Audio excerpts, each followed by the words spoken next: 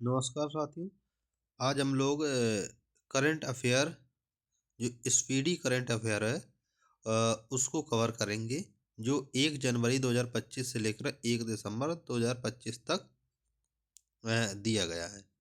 यह जो आगामी एग्ज़ाम्स हैं, जैसे ग्रुप डी हुआ, जूनियर असिस्टेंट हुआ, और भी एग्ज़ाम्स हैं जैसे यूपीएसआई हुआ, इस एग्ज़ाम्स के लिए यह अति महत्वपूर्ण करंट अफेयर होगी, जो वन लाइनर के रूप में है। चलिए इसको स्टार्ट करते हैं, वन बाई वन देखते हैं इसको।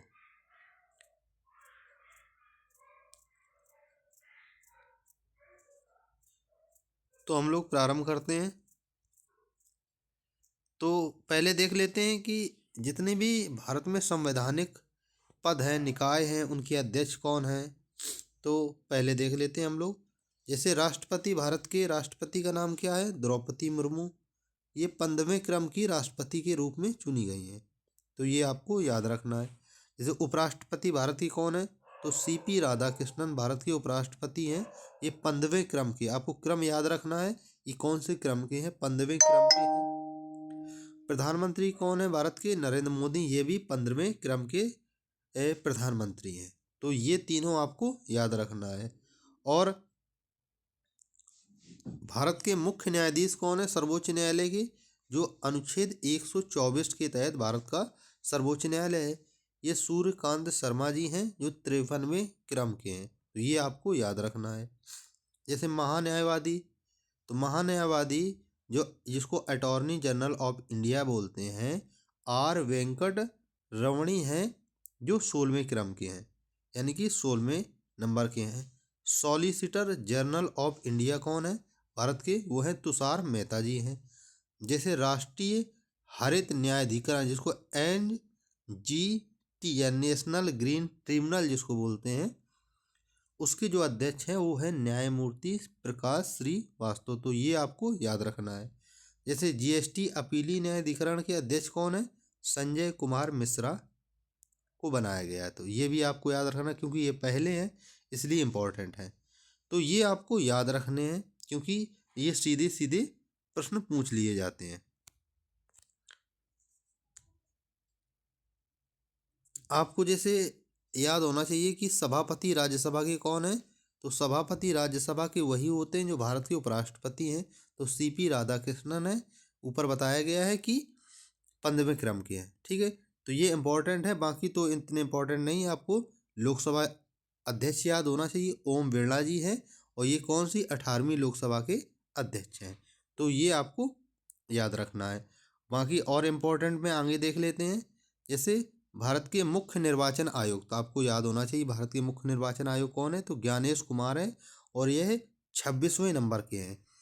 और मुख्य चुनाव आयुक्त के अतिरिक्त 2 उप चुनाव आयुक्त होते हैं, जिनको विवेक जोशी हैं और सुखवीर संधू हैं। तो इनको भी आपको याद रखना है।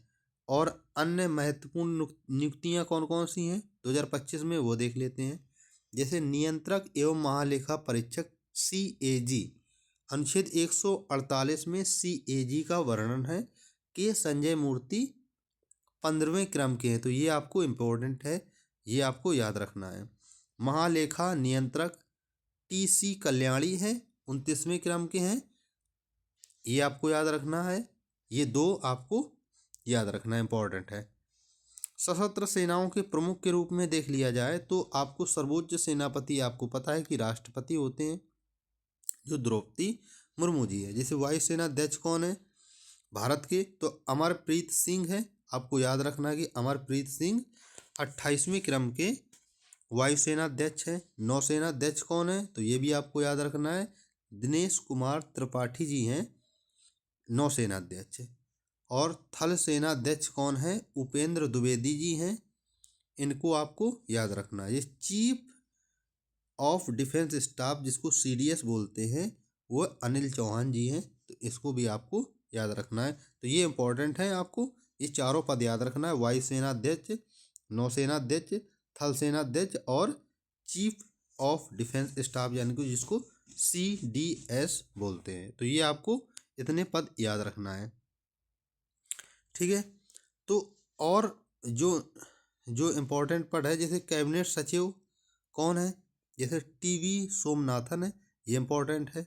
प्रधानमंत्री की अगर बात करें प्रधान सचिव, ये आपको याद रखना है कि प्रधानमंत्री के जो प्रधान सचिव कौन है, वो प्रमोद कुमार मिश्र और शक्तिकांत दास हैं। मोस्ट इम्पॉर्टेंट है कि निजी सचिव प्रधानमंत्री के कौन है, तो ये आपको याद रखना है, वो है निधि तिवारी। तो निधि तिवारी निजी सचिव है प्रधानमंत्री की, तो ये आपको याद रखना है। वित्त सचिव कौन है, विजय सेठ है, ये भी आपको याद रखना है, बाकी इतना इम्पोर्टेंट नहीं है, लेकिन वित्त सचिव आपको याद रखना है। तो ये महत्वपूर्ण नियुक्ति थी। और अन्य देख लेते हैं, जैसे मान लो प्रधान वैज्ञानिक सलाहकार कौन है, ये भी आपको याद होना चाहिए, अजय कुमार सूद है। मुख्य आर्थिक सलाहकार कौन है, वी अनंत नागेश्वरन है। तो ये भी इम्पोर्टेंट है कि वित्त मुख्य आर्थिक सलाहकार है वी अनंत नागेश्वरन है, तो ये आपको याद रखना है। और राष्ट्रीय सुरक्षा जो सलाहकार आपको पता होना चाहिए, अजीब डोभाल है, क्योंकि अभी धुरंधर मूवी जो है ना वो चर्चा में चल रही है, इसलिए आपको याद होना चाहिए राष्ट्रीय सुरक्षा सलाहकार कौन है। और कुछ अन्य प्रमुख नियुक्तियां देख लेते हैं, जैसे केंद्रीय सतर्कता आयुक्त के अध्यक्ष कौन है, हेड कौन है, वो प्रवीण कुमार श्रीवास्तव हैं, 19वें क्रम के। तो आपको प्रवीण कुमार श्रीवास्तव जी को याद रखना है, केंद्रीय सतर्कता आयुक्त। सीबीआई के कौन है, तो आपको प्रवीण सूद याद रखना है सीबीआई के। और आईबी की आपको याद रखना है कि तपन कुमार डेका आईबी के हैं। और मुख्य सूचना आयुक्त के हीरालाल सामरिया हैं, तो ये भी आपको याद रखना है। और रॉ के आपको याद रखना है कि पराग जैन है, रॉ के पराग जैन है। और नारकोटिक्स कंट्रोल ब्यूरो जिसको एनसीबी बोलते हैं, इसके अनुराग गर्ग है। तो इतने आपको याद रखना है, ठीक है। जैसे अर्धसैनिक बलों के प्रमुख की बात करें तो इसमें आपको याद करना, जैसे एसएसबी की कौन है, तो एसएसबी इम्पोर्टेंट है, संजय सिंघल है एसएसबी के। जैसे सीआरपीएफ के महानिदेशक जिसको बोलते हैं कौन है, तो ज्ञानेश प्रताप सिंह है, इम्पोर्टेंट है, इनको भी याद रखना है। आईटीबीपी की याद रखना है, प्रवीण रंजन जी को याद रखना है। और भारतीय तटरक्षक बल के महानिदेशक कौन है, शिवमणि परमेश, तो शिवमणि परमेश जी को याद रखना है, ठीक है। और आरपीएफ के जो महानिदेशक हैं इनको याद रखना है आपको, आरपीएफ के महानिदेशक कौन है, सोनाली मिश्रा। तो इतने आपको याद रखना है। और एक और आपको याद रखना है कि महानिदेशक सीमा सड़क संगठन यानी बीआरओ कौन है, रघु श्रीनिवासन। तो इतने जो महानिदेशक हैं जो अर्धसैनिक बल होते हैं उनकी आपको याद रखना है। अब देख लेते हैं कि प्रमुख आयोगों के अध्यक्ष एवं सचिव। जैसे नीति आयोग है 2015 में बना था, और इसके अध्यक्ष कौन होते हैं, वो नरेंद्र मोदी यानी कि प्रधानमंत्री होते हैं। तो प्रधानमंत्री कौन है, नरेंद्र मोदी है। नीति आयोग को क्या हुआ था कि 2015 में लाया गया था योजना आयोग के स्थान पर, ठीक है। नीति आयोग के उपाध्यक्ष कौन है, ये भी आपको याद रखना है, इंपॉर्टेंट है, सुमन कुमार बेरी है। और नीति आयोग के सीईओ कौन है, तो बीवीआर सुब्रमण्यम है। लोक सेवा आयोग के जो अध्यक्ष हैं वो अजय कुमार हैं, तो ये भी आपको याद रखना है, क्योंकि अभी हाल ही में लोक सेवा आयोग के अध्यक्ष ने इस्तीफा दे दिया है, लेकिन आपको पुराना याद करना पड़ेगा कौन है, तभी नई की जब नियुक्ति होगी तब देख लिया जाएगा। अध्यक्ष है संघ लोक सेवा आयोग के अजय कुमार है। और जो संघ लोक सेवा आयोग है ये संवैधानिक संस्था है, और अनुच्छेद 315 में इसका वर्णन है। और एक बात और आप बता दें, ये भाग 14 में इसका वर्णन है। और 23वें जो विधि आयोग के अध्यक्ष कौन है, वो दिनेश महेश्वरी है, ये भी आपको याद रखना है। और राष्ट्रीय महिला आयोग की अध्यक्ष कौन है, विजया राहटकर हैं, ये भी आपको याद रखना है। राष्ट्रीय पिछड़ा वर्ग के आयोग कौन है, हंसराज गंगाराम अहिर, ये भी हैं, इनको भी याद रखना है। और कर्मचारी चयन आयोग के जो अध्यक्ष हैं एसएससी के, एस गोपाल कृष्णन है। तो कर्मचारी आयोग के जो अध्यक्ष है कौन है, एस गोपाल कृष्णन है। अभी नई नियुक्ति हुई है तो इनको आपको याद रखना है, ठीक है। और नए लोकपाल अभी नियुक्त हुए हैं, वो है अजय मानिक राव खानविलकर, तो इनको भी आज याद रखना है, अजय मानिक राव खानविलकर। ये नियुक्ति हैं प्रमुख जो आयोगों के अध्यक्ष हैं अब 7वें वेतन आयोग के जो अध्यक्ष थे वो अजय कुमार माथुर हैं, और 16वें जो वित्त आयोग के अध्यक्ष हैं वो हैं अरविंद पनगड़िया। तो ये इनको भी याद रखना है, इंपॉर्टेंट है। 16वें वित्त आयोग के ये नए हैं, तो 16वें वित्त आयोग के अध्यक्ष कौन है? अरविंद पनगड़िया। तो इनको भी आपको याद रखना है, ठीक है। तो ये प्रमुख नियुक्तियां हैं। और अन्य देख लेते हैं, जैसे आपको याद रखना है कि राष्ट्रीय मानवाधिकार आयोग के अध्यक्ष कौन है, क्योंकि अभी नई नियुक्ति हुई है, वी राम सुब्रमण्यम राष्ट्रीय मानवाधिकार आयोग के अध्यक्ष है। राष्ट्रीय अनुसूचित जनजाति आयोग के अध्यक्ष कौन है? अनंत सिंह आर्य। तो ये प्रमुख नियुक्तियां हैं, बाकी सभी पुराने हैं तो इतना इम्पोर्टेंट नहीं है। अब कुछ बोर्ड हैं, समितियां हैं, प्राधिकरण हैं, इनके अध्यक्ष देख लेते हैं। जैसे आप देख ले कि रेलवे बोर्ड के अध्यक्ष कौन है? वो सतीश कुमार हैं। सेबी की कौन है? तुहिन कांत पांडे हैं, और इतने इम्पोर्टेंट नहीं है। और आगे देख लेते हैं, एक आप इनको समझ लीजिए, जो आपका आधार है जिसको उदय बोलते हैं, सीईओ कौन है? भुवनेश कुमार है। तो भुवनेश कुमार जी को। लोक लेखा समिति के अध्यक्ष कौन है? वो हैं केसी वेणुगोपाल हैं। तो इतने आपको। प्राक्कलन समिति जैसे, तो प्राक्कलन समिति डॉक्टर संजय जायसवाल हैं, और प्राक्कलन समिति में 30 सदस्य होते हैं, 30 ही किससे होते हैं? लोकसभा से होते हैं। तो ये भी आपको याद रखना है। महारत्न कंपनियों की संख्या आपको पता होनी चाहिए, कितनी है? टोटल 14 है। इनके अध्यक्ष आपको याद करने की ज़रूरत नहीं, लेकिन टोटल महारत्न कंपनियों की संख्या आपको याद होनी चाहिए, 14 है। नाम याद हो जाए तो और अच्छी बात कि एनटीपीसी है, ओएनजीसी है, सेल है, गेल है, आईओसीएल है, सीआईएल है, बीपीसीएल है, भेल है, एचपीसीएल है, और power grid corporation of India है, पीएफसी है, आरईसी है, ऑयल ओआईएल है, और हेल है, हिंदुस्तान एरोनॉटिक लिमिटेड। नवरत्न कंपनियों को आपको पता होना चाहिए, नवरत्न कंपनियां कितनी हैं? टोटल 26 हैं वर्तमान में। तो इनकी संख्या आपको पता होनी चाहिए कि नवरत्न कंपनी कुल कितनी है? 26 है। तो ये भी आपको याद होनी चाहिए। और भी कुछ देख लेते हैं कि नवरत्न कंपनियां टोटल 26 हैं, और ये उपक्रम है और अकादमिक संस्थान है। तो आपको जैसे अकादमिक संस्थान में यूजीसी के अध्यक्ष आपको याद होने चाहिए, विनीत जोशी अभी हाल ही में बनाए गए हैं, तो इसलिए चर्चा में है। तो यूजीसी के अध्यक्ष विनीत जोशी जी हैं, ठीक है। बाकी इतना इम्पोर्टेंट नहीं है, उनको आप सीबीएसई के अध्यक्ष भी याद कर सकते हैं, राहुल सिंह है। सीबीएसई के अध्यक्ष कौन है? राहुल सिंह है, क्योंकि ये भी चर्चा में है, ठीक है। बाकी इतना इम्पोर्टेंट नहीं है, इनको आप छोड़ सकते हैं, ठीक है। वैज्ञानिक एवं अनुसंधान संगठन देख सकते हैं कि इसरो के अध्यक्ष कौन है? वर्तमान में वी नारायण है, 11वें इसरो के अध्यक्ष हैं। और जो विक्रम साराभाई अंतरिक्ष केंद्र है, उनके निदेशक कौन है? तो ए राजा राजन। तो इनको भी आपको याद रखना है। और CSIR इम्पोर्टेंट है, नल्ला थम्बी कलाई सेल्वी जी है, तो इनको भी आपको याद रखना है। तो ये प्रमुख जो अध्यक्ष हैं, इनको आपको याद रखना, जो जो इम्पोर्टेंट टिक लगाया जा रहा है। जैसे ICC के अध्यक्ष कौन है? आपको पता है, जयसाय भारत, ठीक है। आईसीसी के अध्यक्ष आपको याद रखना है। प्रथम स्वतंत्र महिला निदेशक आईसीसी की कौन है? इंदिरा नूई है, तो इनको भी आपको याद रखना है, इंदिरा नूई को। और कोई इतना इम्पोर्टेंट है नहीं है। और आपको बीसीसीआई के सचिव कौन है? वो है देवजीत शौकिया, तो देवजीत शौकिया को आपको याद रखना है। बीसीसीआई के अध्यक्ष कौन है?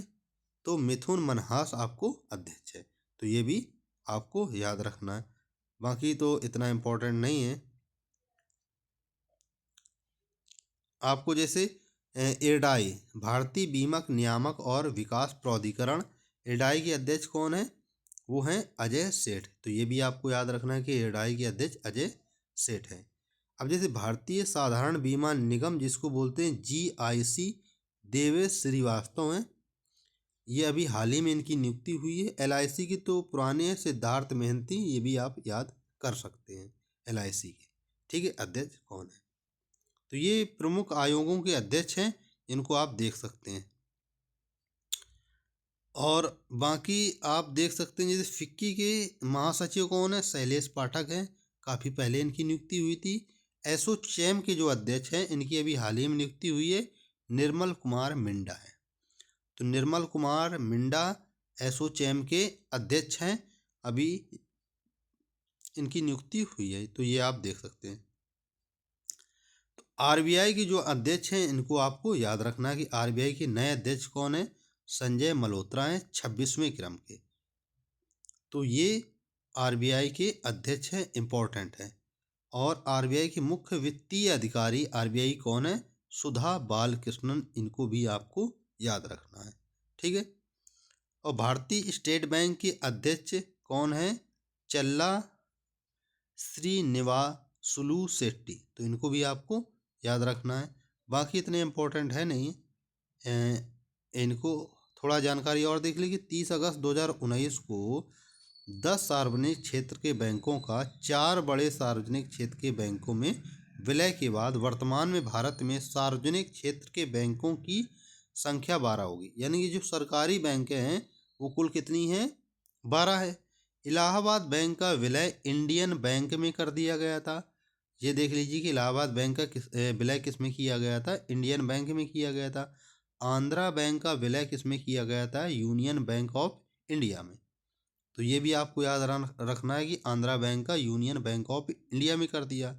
ओरिएंटल बैंक ऑफ कॉमर्स और यूनाइटेड बैंक ऑफ इंडिया का विलय पंजाब नेशनल बैंक में किया।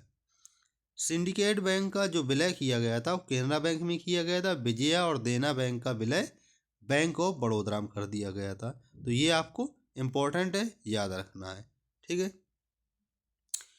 कुछ जैसे निजी बैंकें और वित्तीय संस्थान हैं, उनके कौन कौन एमडी हैं, ये इम्पोर्टेंट इतना नहीं है, तो ये आप इसको छोड़ सकते हैं। जैसे ये आपका आ सकता है नोट में जो पॉइंट दिया गया कि 1 अप्रैल 2017 से भारतीय महिला बैंक का विलय एसबीआई में कर दिया गया। तो भारतीय महिला बैंक का विलय पूछ सकता है किस सन में किया, तो 1 अप्रैल 2017 में, किसमें, एसबीआई में किया गया था।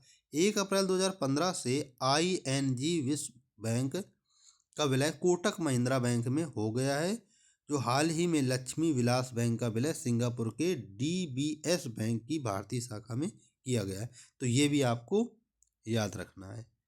तो कुछ उपकरण हैं और किस देश में विकसित हुए हैं और क्या हैं, जैसे S-400, तो ये रूस में विकसित हुआ है। ये वायु रक्षा प्रणाली, ये आपको याद रखना है, डायरेक्ट पूछ देते हैं कि किस देश का है। जैसे पूछ देंगे कि S-400 उपकरण किस देश का है, तो रूस का है। आपको हेलिना याद रखना है कि हेलिना भारत ने विकसित किया, एक टैंक रोधी मिसाइल है। चिनूक जैसे आपको याद रखना है, अमेरिका कंपनी बोइंग ने इसको विकसित किया है और यह हेलीकॉप्टर है। बराक 8 क्या है, डीआरडीओ व इजराइल की सहायता से इसको विकसित किया गया है, सरफेस टू एयर मिसाइल है। तो ये भी आपको याद रखना कि बराक 8 क्या है, एक मिसाइल है। ये सरफेस टू एयर यानी सतह से हवा में मार करने वाली एक मिसाइल है।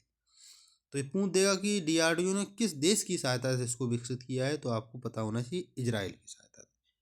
INS बेला क्या है, ये फ्रांस के द्वारा विकसित किया गया है। ये स्कॉर्पियन श्रेणी की पनडुब्बी है। तो क्या है, पनडुब्बी। राफेल तो आपको पता ही है, फ्रांस की द सॉल्ट एविएशन एक कंपनी है, उसने विकसित किया है और एक लड़ाकू विमान है। S-400 रूस का है, एयर डिफेंस सिस्टम है S-400, ठीक है। पिनाक की बात करें तो पिनाक भारत का स्वदेशी रूप से विकसित एक रॉकेट है। INS कलवरी स्वदेश निर्मित स्कॉर्पियन श्रेणी की पनडुब्बी है। तो ये भी आपको याद रखना, डिफेंस रक्षा क्षेत्र से संबंधित।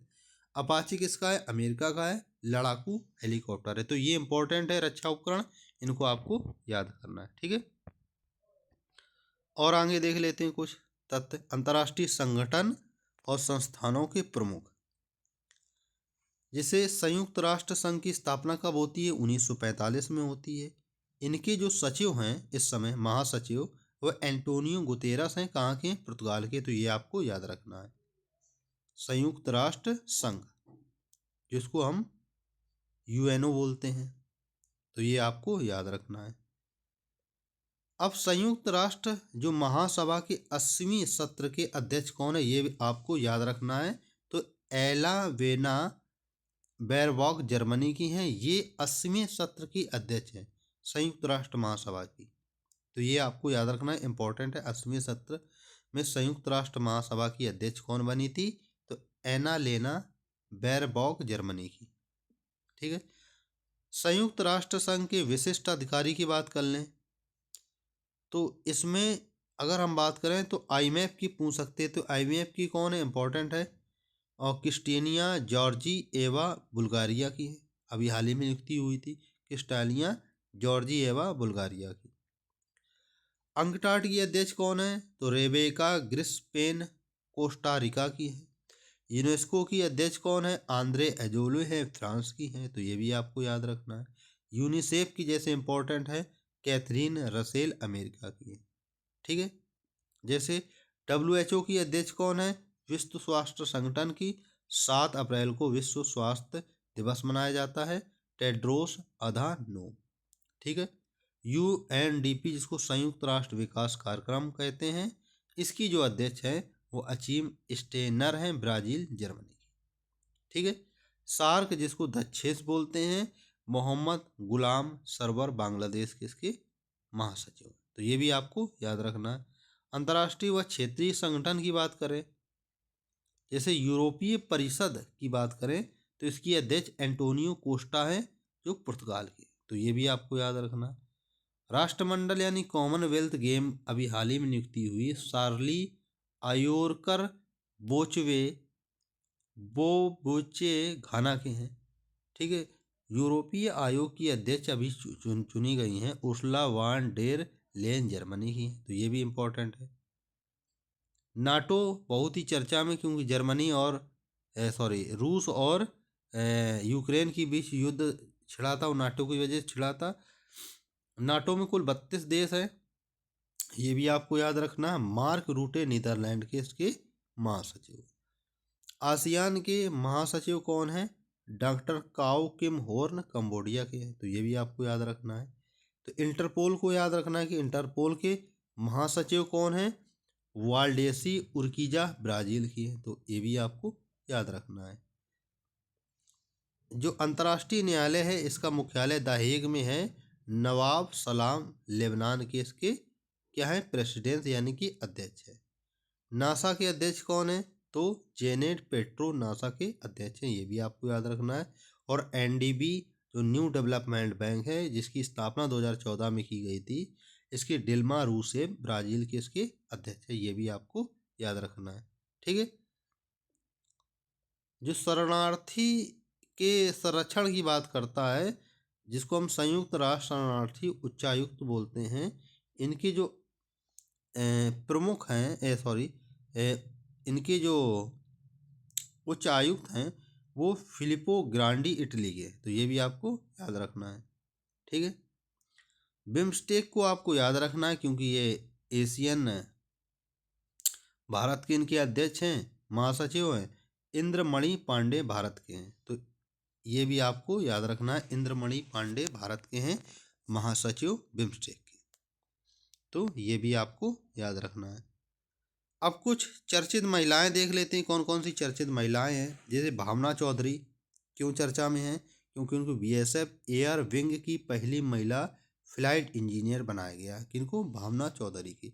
ये बहुत ही इंपॉर्टेंट प्रश्न है, क्योंकि ये सीधे सीधे प्रश्न पूछे जाते हैं। जैसे आस्था पुनिया कौन है, आस्था पुनिया पहली महिला फाइटर पायलट भारतीय नौसेना की। महिलाओं से संबंधित अक्सर प्रश्न पूछे जाते हैं, तो ये भी आपको याद रखना। जैसे यशस्वी सोलंकी कौन है, पहली महिला एडीसी भारत के भारत के राष्ट्रपति। तो पहली महिला एडीसी है भारत के राष्ट्रपति की, कौन है, यशस्वी सोलंकी। आरती सरीन कौन है, पहली महिला महानिदेशक सशस्त्र बल चिकित्सा सेवा। नाइमा खातून पहली महिला कुलपति अलीगढ़ मुस्लिम विश्वविद्यालय। तो ये सभी इंपॉर्टेंट है, आपको याद रखना है। साधना सक्सेना नायर कौन है, ये पहली महिला महानिदेशक चिकित्सा सेवा सेना की। सुमन कुमारी बीएसएफ की पहली महिला स्नाइपर हैं। जैसे अवनी लेखरा पैरालंपिक में 2 स्वर्ण पदक जीतने वाली पहली महिला हैं। काम्या कार्तिकेयन माउंट एवरेस्ट पर चढ़ने वाली सबसे कम उम्र की भारतीय महिला कौन है? काम्या कार्तिकेयन है। जैसे ज्योति रात्रे कौन है? एवरेस्ट पर चढ़ने वाली सबसे उम्रदराज भारतीय महिला है। अनामिका राजीव कौन है? भारतीय नौसेना की पहली महिला हेलीकॉप्टर पायलट है। प्रीति रजक तो भारतीय सेना की पहली महिला सूबेदार। तो भारतीय सेना की पहली महिला सूबेदार कौन है? प्रीति रजक। जैसे अदिति सेन डे कौन है? तो जी.डी. बिरला पुरस्कार प्राप्त करने वाली पहली महिला वैज्ञानिक है। सुप्रीता सीटी कौन है? ये सियाचिन ग्लेशियर में तैनात पहली महिला है। माधवी मनु कश्यप कौन है? देश की पहली ट्रांसजेंडर दरोगा बिहार की है। तो ये भी इम्पोर्टेंट है, इसको आपको याद रखना है। जैसे अक्षता कृष्णमूर्ति कौन है? मंगल ग्रह पर रोवर संचालित करने वाली पहली महिला है। फातिमा वसीम सियाचिन में मोस्ट इम्पॉर्टेंट है ये, इसको आपको याद रखना। फातिमा वसीम को इस सियाचिन में एक ऑपरेशनल पोस्ट पर तैनात होने वाली पहली महिला चिकित्सा अधिकारी फातिमा वसीम है। गीतिका कौल को आपको याद रखना कि सियाचिन में तैनात पहली महिला चिकित्सा अधिकारी गीतिका कौल है। जय वर्मा सिन्हा रेलवे बोर्ड की पहली महिला अध्यक्ष। तो रेलवे बोर्ड की पहली महिला अध्यक्ष कौन थी? जया वर्मा सिन्हा। दीपिका मिश्रा कौन थी? वीरता पदक प्राप्त पहली महिला वायुसेना अधिकारी थी। गीता राणा लद्दाख में सेना की पहली महिला अफसर गीता राणा थी। लॉन्स नायक संजू भारतीय सेना की पहली महिला स्काई डाइवर थी। पीटी उषा को तो आप जानते हैं कि पहली महिला अध्यक्ष भारतीय ओलंपिक संघ की थी। मेघना अहल लावत पहली महिला अध्यक्ष भारतीय टेबल टेनिस संघ की। शिवांगी सिंह को आप जानते हैं कि भारत की पहली महिला फाइटर पायलट थी। तो ये चर्चित महिलाएं थी जो आपको याद रखना। तो अंतर्राष्ट्रीय चर्चित महिलाएं कौन कौन से हैं ये भी आप देख लेंगे कि जेनिफर साइमंस पहली महिला राष्ट्रपति सूरीनाम की। क्रिस्टी कोवेंट्री पहली महिला अध्यक्ष अंतर्राष्ट्रीय ओलंपिक समिति। तो ये इंपॉर्टेंट है। क्रिस्टी कोवेंट्री पहली महिला अध्यक्ष अंतर्राष्ट्रीय ओलंपिक समिति की। सॉरी। नेटुम्बू नंदी नदैतवा पहली महिला राष्ट्रपति कहाँ की है? नामीबिया की। ये भी आपको याद रखना है। नागोजी ओकोंजा इवेला पहली महिला महानिदेशक कहाँ की है? WTO की। Ngozi Okonjo Iweala. Claudia Sheinbaum Mexico की पहली राष्ट्रपति हैं। कौन? Claudia Sheinbaum. शार्ली बोचपे पहली अफ्रीकी महिला महासचिव राष्ट्रमंडल की शार्ली बोचपे। पेंटोग टर्न सिनाबात्रा सबसे युवा प्रधानमंत्री कहाँ की हैं? थाईलैंड की।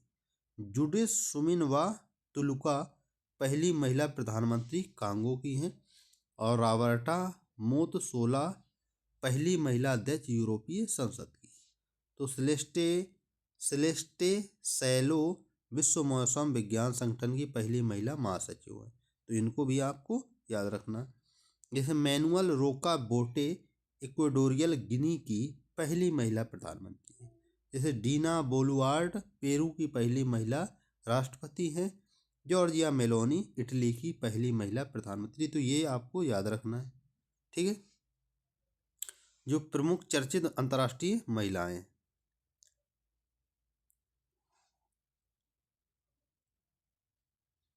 अब कुछ देश देख लेते हैं, उनकी राजधानियां देख लेते हैं। खैर इनकी उच्चायुक्त तो नहीं पूछे जाएंगे, लेकिन कुछ इंपॉर्टेंट हैं उनको आप देख लेंगे। जैसे आयरलैंड की राजधानी डायरेक्ट पूछ लिया जाता है। आयरलैंड की राजधानी क्या है? वो है डबलिन है। अल सल्वाडोर की राजधानी सैन सल्वाडोर है। जापान की राजधानी टोक्यो है। होंडुरास की राजधानी टेगस है। अंडोरा की राजधानी अंडोरा ला बेला है। नॉर्वे की राजधानी ओस्लो है। दक्षिणी सूडान की जुबा है। और कोरिया की राजधानी सियोल है। कुवैत की कुवैत सिटी है। नाइजीरिया की अबूजा है। तो नाइजीरिया की राजधानी क्या है? अबूजा है। केन्या की राजधानी नैरोबी है। वियतनाम की हनोई है। और संयुक्त अरब अमीरात की अबू धाबी है। कनाडा की ओटावा है। उरुग्वे के मोंटेविडियो है। स्पेन की मैड्रिड है। मोनाको की राजधानी मोनाको विले है। गिनी की जो राजधानी है गिनी गणराज्य की कोनाक्री। कोरिया की राजधानी सियोल है। और स्वीडन की राजधानी स्टॉकहोम है। ये राजधानियाँ सीधे पूछ ली जाती हैं, तो इनको आपको याद रखना है। रोमानिया की राजधानी कौन है? बुचारेस्ट है।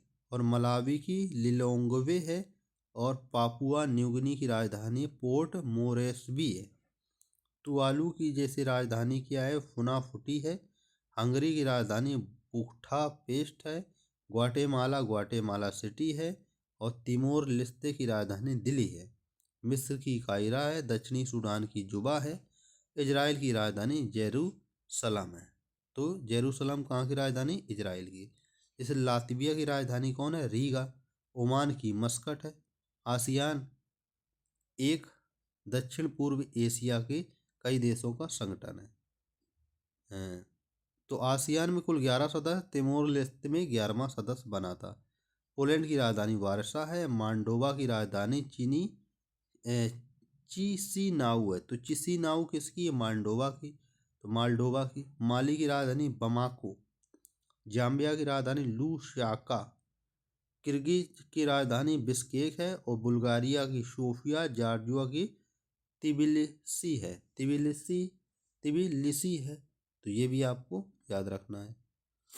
2023 से लेकर 2025 में प्रधानमंत्री को प्राप्त सर्वोच्च पुरस्कार, तो ये पूछ देगा कि ये कौन से देश से प्रधानमंत्री को कौन सा पुरस्कार दिया गया। जैसे order of the most ancient mirabilis, तो आपको मिराबिलिस याद रखना है कि मिराबिलिस पुरस्कार नामीबिया से मिला है। ठीक है। द साउदर्न क्रॉस पुरस्कार कहाँ से मिला है? ब्राज़ील से मिला है नरेंद्र मोदी को। और जो ऑर्डर ऑफ द रिपब्लिक पुरस्कार जो मिला है वो त्रिनाद टोबैगो से मिला है। द स्टार ऑफ घाना से घाना पुरस्कार मिला है। और मैकारियोस थर्ड जो पुरस्कार मिला है वो साइप्रस से मिला है। मोस्ट इम्पोर्टेंट है कि मित्र भूषण पुरस्कार कहाँ से मिला है? वो श्रीलंका से। ये आपको याद रखना है। मित्र भूषण पुरस्कार प्रधानमंत्री को 2025 में कहाँ से मिला है? वो मिला है श्रीलंका से। मॉरिशस से द इंडियन ओशन पुरस्कार दिया गया है, वो दिया है मॉरिशस ने। तो ये आपको याद रखना है। 2025 के मोस्ट इम्पोर्टेंट दो कि मित्र भूषण और द इंडियन ओशियन, ये याद रखना है। और मिराबिलिस जो नामीबिया से इनको मिला है, तो ये भी याद रखना है। 2024 की देख लेते हैं कि ऑर्डर ऑफ मुबारक अल कबीर पुरस्कार कुवैत से मिला है। ऑर्डर ऑफ एक्सलेंस जो अवार्ड मिला है नरेंद्र मोदी जी को, वो गुयाना से मिला है। और बारबडोस से बारबडोस अवार्ड मिला है। Honorary order of freedom of Barbados. ठीक है।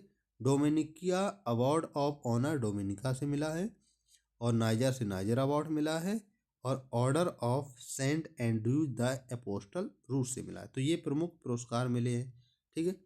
2023 में कौन कौन से पुरस्कार मिले थे? Greece cross of the order of honour Greece से मिला है। क्रॉस जो grand cross of the legion of honour France से मिला है। ऑर्डर ऑफ द नाइल मिस्र से मिला है।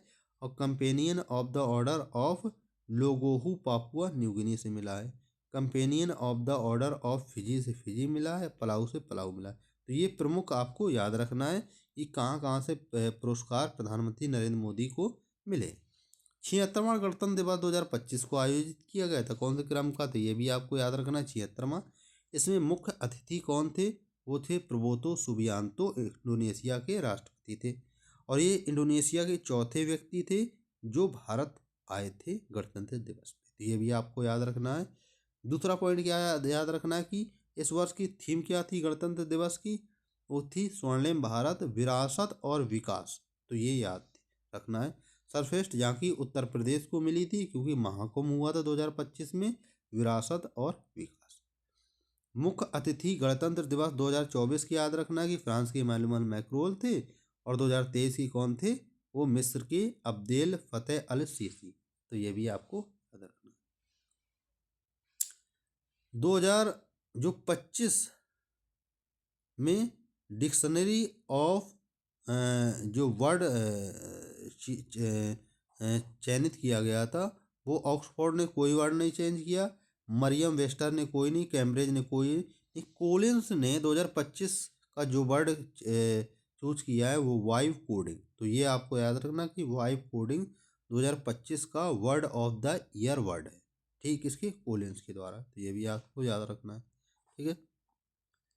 अब इसरो के द्वारा जो देख लेंगे कि 2023 से लेकर 2025 के बीच प्रमुख मिशन कौन कौन से उन्होंने लॉन्च किए।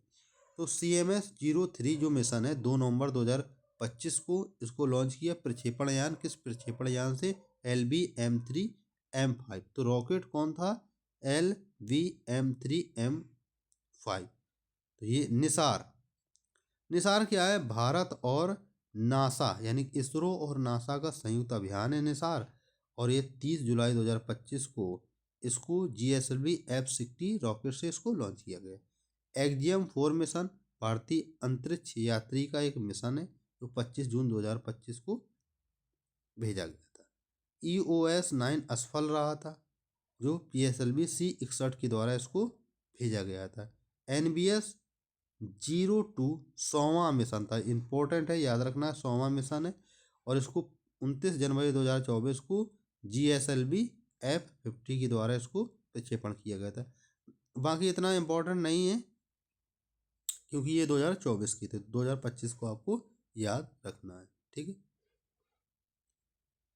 इसरो के जो आगामी मिशन है, जैसे चंद्रयान-4 कब लॉन्च किया जाए, 2028 में। तो ये भी आपको याद रखना है, चंद्रयान-4 कब लॉन्च किया जाएगा, 2028 में, और चंद्रयान-3 2023 में इसको लॉन्च किया गया था। तो चंद्रमा में नमूनों को लेकर पृथ्वी पर पहुंचना चंद्रयान-4 है। लूपेक्स ये जापान के जाक्सा और इसरो का संयुक्त परियोजना मिशन है, 2028 में लूपेक्स भेजा जाएगा। गगनयान कब भेजा जाएगा, 2027 में भेजा जाएगा। भारत का पहला मानव अंतरिक्ष मिशन गगनयान है। शुक्रयान फर्स्ट 2028 में भेजा जाएगा, शुक्र के वायुमंडल का अध्ययन करने के लिए इसको भेजा जाएगा। जैसे मंगलयान 2 2026 में भेजा जाएगा, मंगल ग्रह हेतु भारत का दूसरी इंटरप्लेनेटरी मिशन है। तो ये भी आपको याद रखना है। निसार 2025 में भेजा जाएगा, इसी वर्ष पृथ्वी की निगरानी हेतु नासा और इसरो का संयुक्त मिशन है। तो ये भी आपको याद रखना है, निसार किसका है, भारत और इसरो का। तो प्रोजेक्ट चीता क्या है, ये भी आपको याद रखना कि प्रोजेक्ट चीता के तहत 17 सितंबर 2022 को नामीबिया से कितने 8 अफ्रीकी चीतों, 5 मादा 3 नर को मध्य प्रदेश के कूनो राष्ट्रीय उद्यान में लाया गया। तो कूनो राष्ट्रीय उद्यान कहाँ, मध्य प्रदेश में, जिसमें से एक मादा चीता सासा की मौत हो चुकी है। इसकी निगरानी हेतु सरकार ने 9 सदस्यीय एक कार्यबल को 2 वर्ष की अवधि के लिए गठित किया है। इस प्रोजेक्ट के तहत 5 वर्षों में कुल कितने चीते की लाना है, भारत में 50 चीते। तो ये भी आपको याद रखना है। तो बाघ जनगणना 2022